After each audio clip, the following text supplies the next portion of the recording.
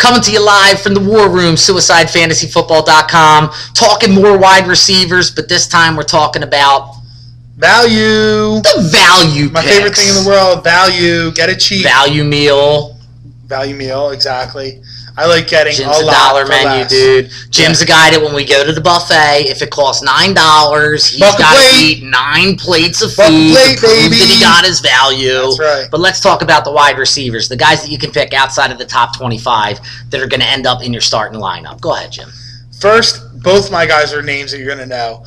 Maybe you're outside the top 25. Maybe you're right on the fringes of the 25. But I think Marcus Colston is coming back with a big year this year. Like it. He's got Breeze thrown to him, of course. He had an off year 2 years ago. He had an okay year last year. I think he comes back real strong this year. I think the Saints are going to be. You call him Pro Bowl? No. Not Pro Bowl. Okay. Not going on my Braylon Edwards ledge? No, I'm not going to. I'm trying to push you out on the ledge with you. Just because you're saying stupid stuff doesn't mean I'm not going to. That's my job. Yeah. But I think that the Saints are back in. I think the Saints probably play the Eagles in an NFC Championship game. I think they're back to some power from where they were. I think they had a rough year. A lot of times you have that Super Bowl hangover. You know, I think that they suffered from that, but I think they come back this year. Colston is definitely a stud. He's absolutely the number one wide receiver on that team. Yep. It's a pass-happy team. You don't know who the number 2 is, but you know who the number 1 is. It could be any. Could be Meacham. Could be Lance Moore. Could be any of those guys. Yep. They got a tight end, that's going to open up the field a little bit more. Shockey was supposed to be that guy, but he was hurt all the time. Graham is going to be the guy who opens up the field a little bit. Darren Sproles is going to be 2 times as good as Reggie Bush. So I think they're going to have a lot of weapons. They're going to have the running game in place with Ingram and with Pierre Thomas.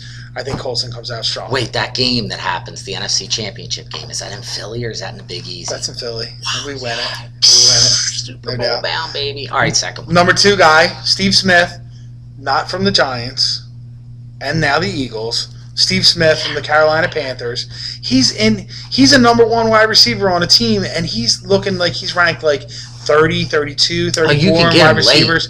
And I think that he's going to have a good year. Not a great year, nothing crazy, but I think he's going to be a solid. Not back to the old Steve Smith. No, not the old Steve Smith was a top 5 wide receiver. I think he's going to be right outside 20, 21, 22 at the end of the season.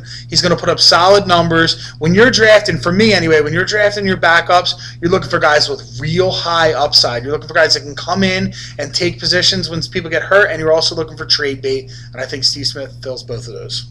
I don't disagree totally, but only because of what you're saying. You can get him so late, and he could finish out having a decent season as long as you didn't go crazy like me and say he was going to make the Pro Bowl or anything like that. All right, so I'm going to go with my value guys. First guy, love to hate him, hate to love him, but got to do it, Des Bryant. He's going probably somewhere around 25 to 30 at the wide receiver position. Love it. I think he's going to put up big numbers as far as long touchdowns, especially if you get bonuses for the long touchdowns. Don't be surprised to see him go 50 yards or more 3 or 4 times this year. And I think he's going to end up being the number 2 guy on that team, but I think they're going to be behind a lot. I think they're going to throw the ball a ton, and I think him and Miles Austin are both going to put up big numbers. But you can get Des Bryant so much later, so wait and get your value. That's who you thought I was going to have as my number 5 pick?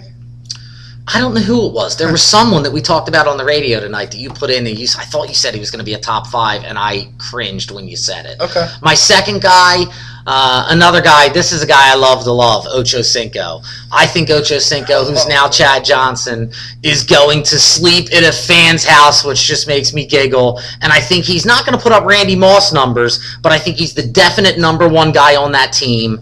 I think he's going to be out there probably somewhere around the 12 to 1,300 yards. I don't think he's going to have a ton of touchdowns. I don't think he's going to go long. You see that bug flying in front of our face? Ridiculous. I had to do that like twice. But I think Ocho Cinco is going to be a guy that if you grab him as your 3rd wide receiver, he may end up being your number 1 guy. Like it. All right, so that's who I think is the value. You like Jim's, you like mine, you think we're both fat F-tards.